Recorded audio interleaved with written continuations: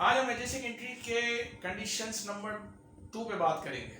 हमने 3 कंडीशंस पढ़ी जो कि हमने एक्रूड एक्सपेंसेस के हवाले से पढ़ी। आज हम जो दूसरी टाइप है एडजस्टिंग एंट्री की, एक्रूड रेवेन्यू। एक्रूड रेवेन्यू का मतलब देखें, मैंने आपको बताया था 2 किस्म के एक्रूड होते हैं। एक तो एक्सपेंसेस जिसको हम डिस्कस कर चुके हैं। रेवेन्यू का मतलब यहाँ पे ये है एक्रूड का कि ऐसी इनकम जो कि अर्न तो हो गई है, कमा तो ली है लेकिन मिले नहीं है, पैसे नहीं मिले। यानी फॉर एग्जांपल के तौर पे किसी ने फॉर एग्जांपल रेंट किराए पे दिया हुआ है, बंदे को फ्लैट किराए पे दिया हुआ है रेंट पे, तो अब वो रेंट पे किराए पे दिया हुआ है ना, तो वो तो अब 1 महीने के बाद वो उसका रेंट लेगा। यानी 1 महीना हो गया, 1 महीना पूरा किराएदार ने गुजार लिया। अब 1 महीने के बाद भी अभी तक उसने पैसे नहीं दिए, तो इनकम अर्न तो है लेकिन वो रिसीव नहीं हुई। वो इनकम अर्न तो है लेकिन रिसीव नहीं हुई, ठीक है ना। हम अनर्न का कॉन्सेप्ट बाद में देखेंगे। अनर्न का मतलब होता है कि जो पैसा नहीं कमाया, ये कमाया हुआ है लेकिन होता क्या है, जब एक्रूड रेवेन्यू की बात आती है तो फिर हम कंडीशन नंबर 1 में 3 वर्ड देखते हैं। कौन से? एक होता है रिसीवेबल, एक होता है रिसीवेबल, एक होता है एक्रूड।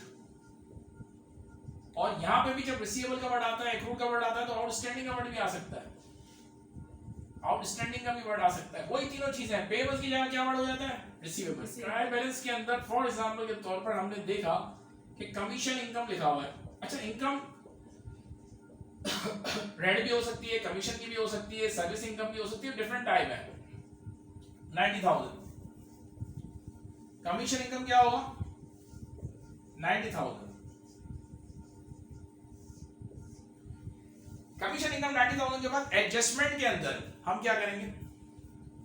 एडजस्टमेंट के अंदर हम लिखते हैं कमीशन। और अगर फॉर एग्जांपल एडजस्टमेंट डेटा में लिखा आता है कमीशन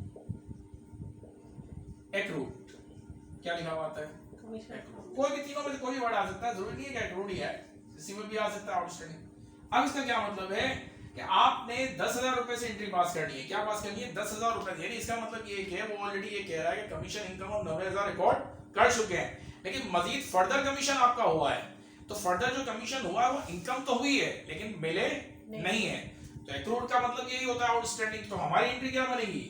हमने पैसे लेने हैं, रिसीवेबल है तो कमीशन रिसीवेबल डेबिट हो जाएगा, क्योंकि रिसीवेबल है, जिस तरह अकाउंट रिसीवेबल होता है तो एसेट्स हो जाएगा, एसेट्स बढ़ रहा है तो डेबिट। और कमीशन इनकम, क्योंकि इनकम रेवेन्यू से रिलेटेड है, तो लिहाजा रेवेन्यू जब बढ़ता है तो क्या होता है भाई? क्रेडिट हो जाता है। 10,000 से हमारी एंट्री पास हो जाएगी। टू रिकॉर्ड एक्रूड रेवेन्यू, अगर आपको इसके एडजस्टमेंट की नरेशन लिखनी है तो रिकॉर्ड एक्रूड रेवेन्यू। यानी मतलब क्या हुआ? मतलब ये हुआ कि कमीशन जो है रिसीवेबल, कमीशन रिसीवेबल जो है वो आपका क्या हुआ? यहाँ पे डेबिट हुआ है, क्योंकि एसेट्स इंक्रीज किया और कमीशन का यानी फर्दर आपकी इनकम हुई लेकिन पैसे नहीं मिले आपको। तो 10,000 रुपए के हिसाब से आपकी एंट्री एंटर्ड हो गई।